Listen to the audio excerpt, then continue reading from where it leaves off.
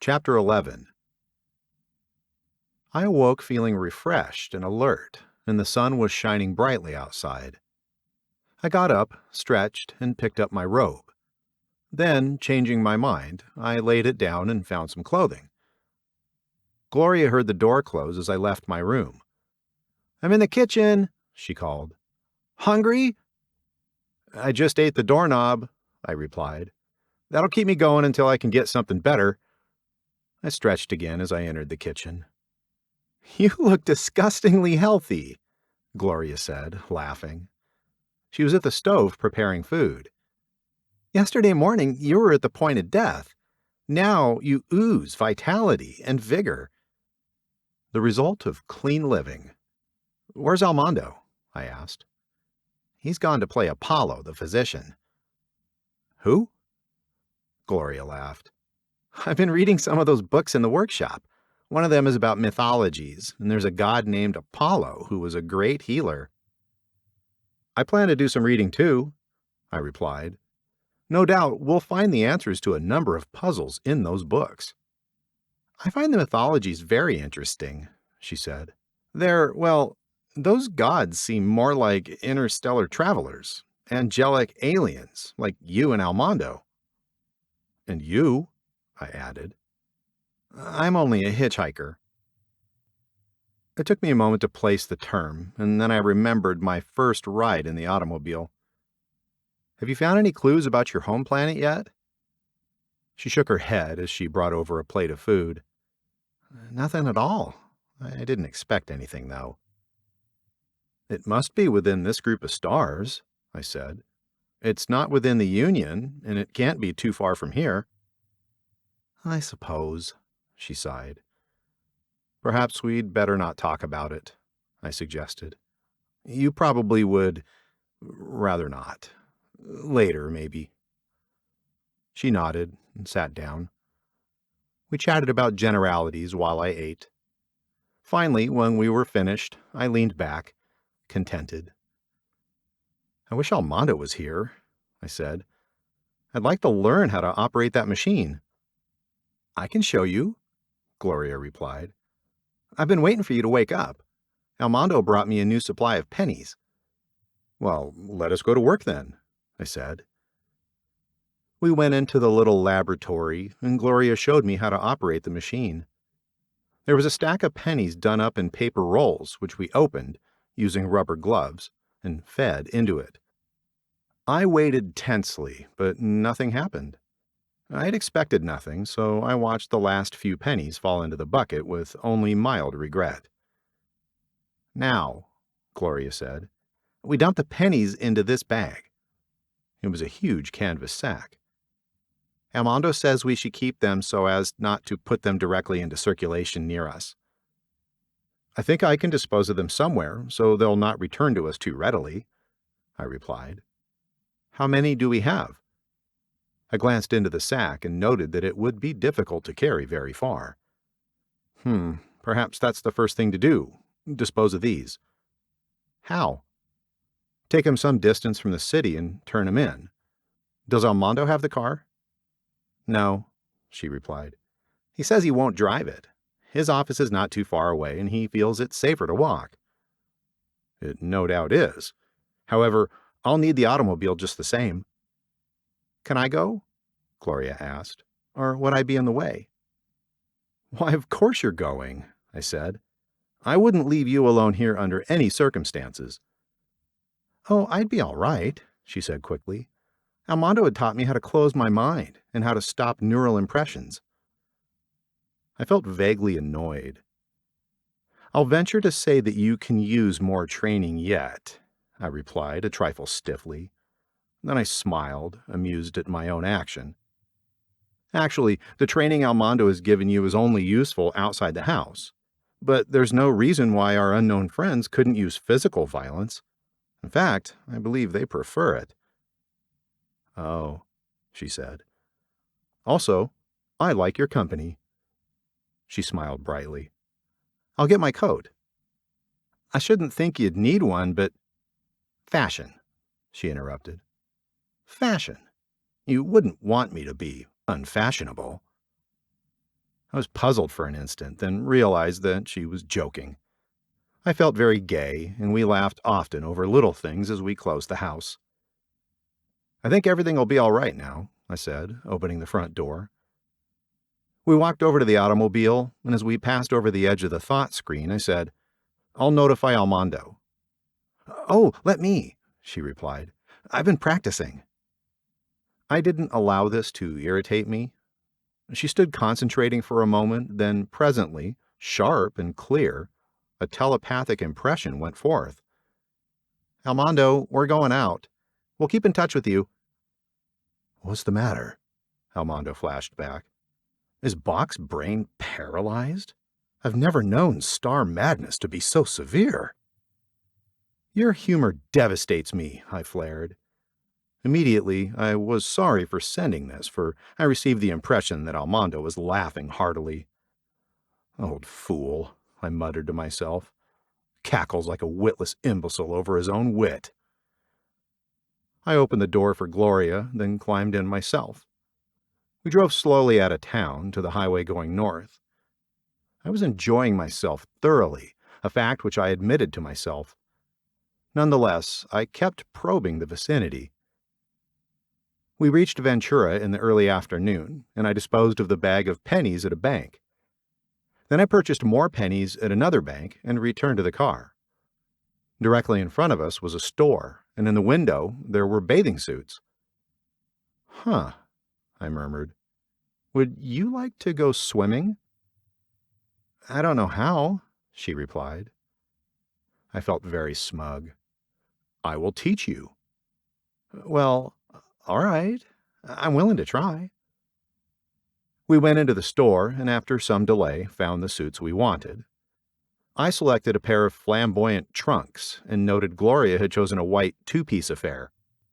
Then we bought 2 large beach towels and some sandals. "Well, where to now?" Gloria asked when we were back in the car. "The ocean." I was already standing on the beach when Gloria emerged from the bathhouse. She had acquired a white rubber helmet which fitted snugly over her head. To say I was unprepared is an understatement. From the geometric, artistic, and especially the masculine point of view, she was perfect. I gulped. Swimming obviously had not been a good idea, I decided. She ran across the beach to meet me. "Hello, muscle man," she said breathlessly. I glanced at myself, then at the other men on the beach. I noted they were sadly out of condition for the most part. Perhaps swimming was not such a bad idea after all, I decided. "You're not exactly revolting to the eyes," I said candidly. She blushed. "Well, shall we go swimming?" Rather timidly, she walked with me to where the edge of a wave rolled across our feet. I caught a hold of her hand and pulled her along into the water. It was rather pleasant, cool but not cold. "Now what do I do?" she asked. The water around us was flowing back toward the sea, and another breaker was forming not far away. I put one arm around her and hefted her forward. Swimming with one hand, I pulled us both outward, then started back toward the shore. The breaker caught us, lifted us high, and we rolled forward in a shower of foam. I caught my feet under me and landed us upright. Gloria laughed delightedly, so we repeated the process several times. Soon, she was able to come in alone on the breaker.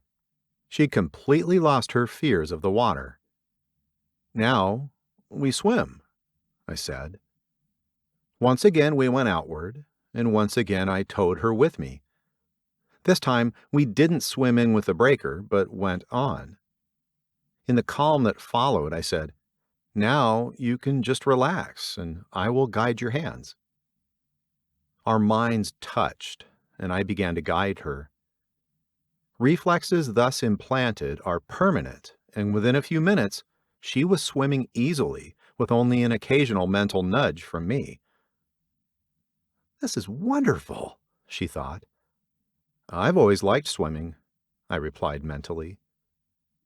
We swam inward then, rested a while, then once again went into the water. Suddenly, I realized we hadn't spoken for over an hour. She caught this realization. "It's true," she agreed, "but it's more fun than talking." "Well, really, I should respect your privacy." I began to withdraw my mind. "Don't," Gloria said aloud. We swam back to the shore. We were both self-conscious, but we stretched out on the beach in the warm sun, half en rapport, but with our most personal thoughts masked. "Why is there always that reserve between us?" she asked. "You know, that secret part. Like now, for example." I framed the answer carefully in my mind before speaking. "Well, it is the custom to maintain mental privacy except among those who are companions." "That's a bad word," I added. "It's actually a closer relationship than marriage." She was silent. "You see, well, to be truly individual, one must be partly separate. It's only rarely that one finds someone they trust well enough to reveal their most intimate thoughts. You see, well, in such a relationship, uh, nothing is hidden." Her thoughts on the subject were quite clear, but I tried not to observe them. "It's just, well, I want you to be sure in your own mind. You know," she said aloud, "on this world, people who love each other strive eternally for the closeness we have now." Her voice was very tense. "Perhaps the closest they ever come is in a kiss." Her face was turned toward me, her eyes closed. "Like this?" I asked softly. In that instant, there were no barriers. We knew each other as though we were one, an electrifying yet a calm fusion of minds, and there was no further need for words. We would never be separate again, nor was there any desire to be. Presently, we rose and gathered up our things. At the conversational level, we were again two separate persons, but deep within us, we were united. "We'll always be like this, won't we?" she murmured. "Always," I replied. "However, we must be apart right now. I'll meet you at the car." We kissed again, quickly but tenderly, and immediately afterwards, I felt her absence. I dressed hurriedly so that we would not have to be apart long. "But we're not apart," I thought suddenly. "No, dear," Gloria replied. "I'm ready to leave," I telepathed. "I have to comb my hair, but it'll only take a second." I walked outside, and Gloria joined me almost at once. We walked back to the car, arm in arm. "I'm hungry," I said. "It may be indelicate to intrude," came Almondo's thought, "but do you plan to come back?" "Very soon," I replied. "Are you annoyed with us?" Gloria asked. "Of course not," Almondo flashed. "I'm very pleased. Perhaps now you'll both be happier." "We should have spent the time looking for Jovian," I thought. "Don't condemn yourself," Almondo replied. "You know very well we're doing all that can be done." "True. Well, we'll be back shortly." "Don't hurry," Almondo telepathed. "There is nothing to be done." "I'm bringing more pennies," I flashed. "I've decided to pick up samples from the surrounding areas." "I was going to ask you if you thought it was a good idea." "I think it is," I replied. "I'll be waiting for you then," Almondo thought. We climbed into the car and drove slowly along. We stopped and ate not far from the beach. Then, feeling better, we prepared to go home. "This has been so nice," Gloria said as we strolled to the cashier. I smiled as I laid the check on the counter, realizing immediately that the cashier's mind was under control. Watching her carefully, I counted out the necessary money and waited for the change. She placed the money in my hand, then reached under the counter and pulled out an envelope. "I believe this is yours," she said. I accepted the envelope. "Yes, it is. Thank you." Gloria's eyes grew wide as she caught my thoughts. We walked casually outside and over to the car. When we were seated inside, I opened the envelope and drew out a map of the county. Unfolding it, I discovered a slip of paper on which a message had been typed. I read it, then handed it to Gloria. She read it aloud. "We will see you here at 9 p.m. tonight. Communicate with no one or the meeting will be canceled and someone you know will suffer." We looked at the map then and saw that a red line had been drawn on it that led several miles away into the mountains. It came to a stop at a small red X. "What do we do?" Gloria asked, anxiously. "Go there," I replied. "We have no alternative." But, but how do they find us?" "I've deduced that they have unconscious agents, persons under partial control, and they seem to use these persons as lookouts. Obviously, they know where we are, but they don't know where we are all the time. If they were able to keep track of us accurately, they wouldn't have let so much time go by before contacting us. As it is, they're just adapting their meeting plans to our movements." Gloria nodded.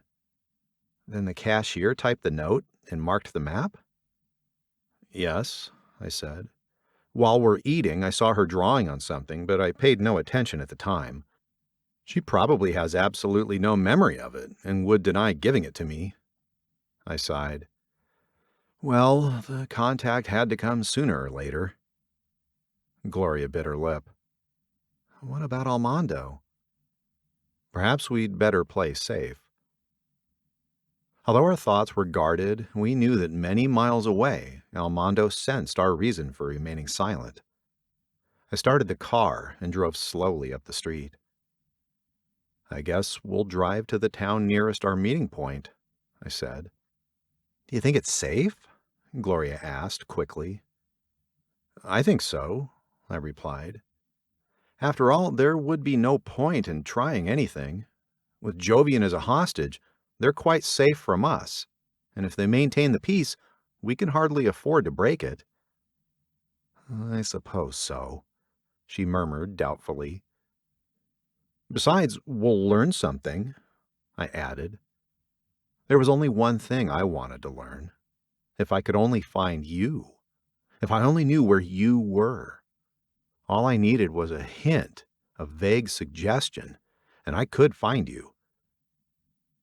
I turned a corner, noticing a sign which said, "Ojai." As we sped along, I reassured Gloria that everything would be fine, trying to keep her spirits up. After a short silence, she said, "Darling, I love you." "And I love you," I replied.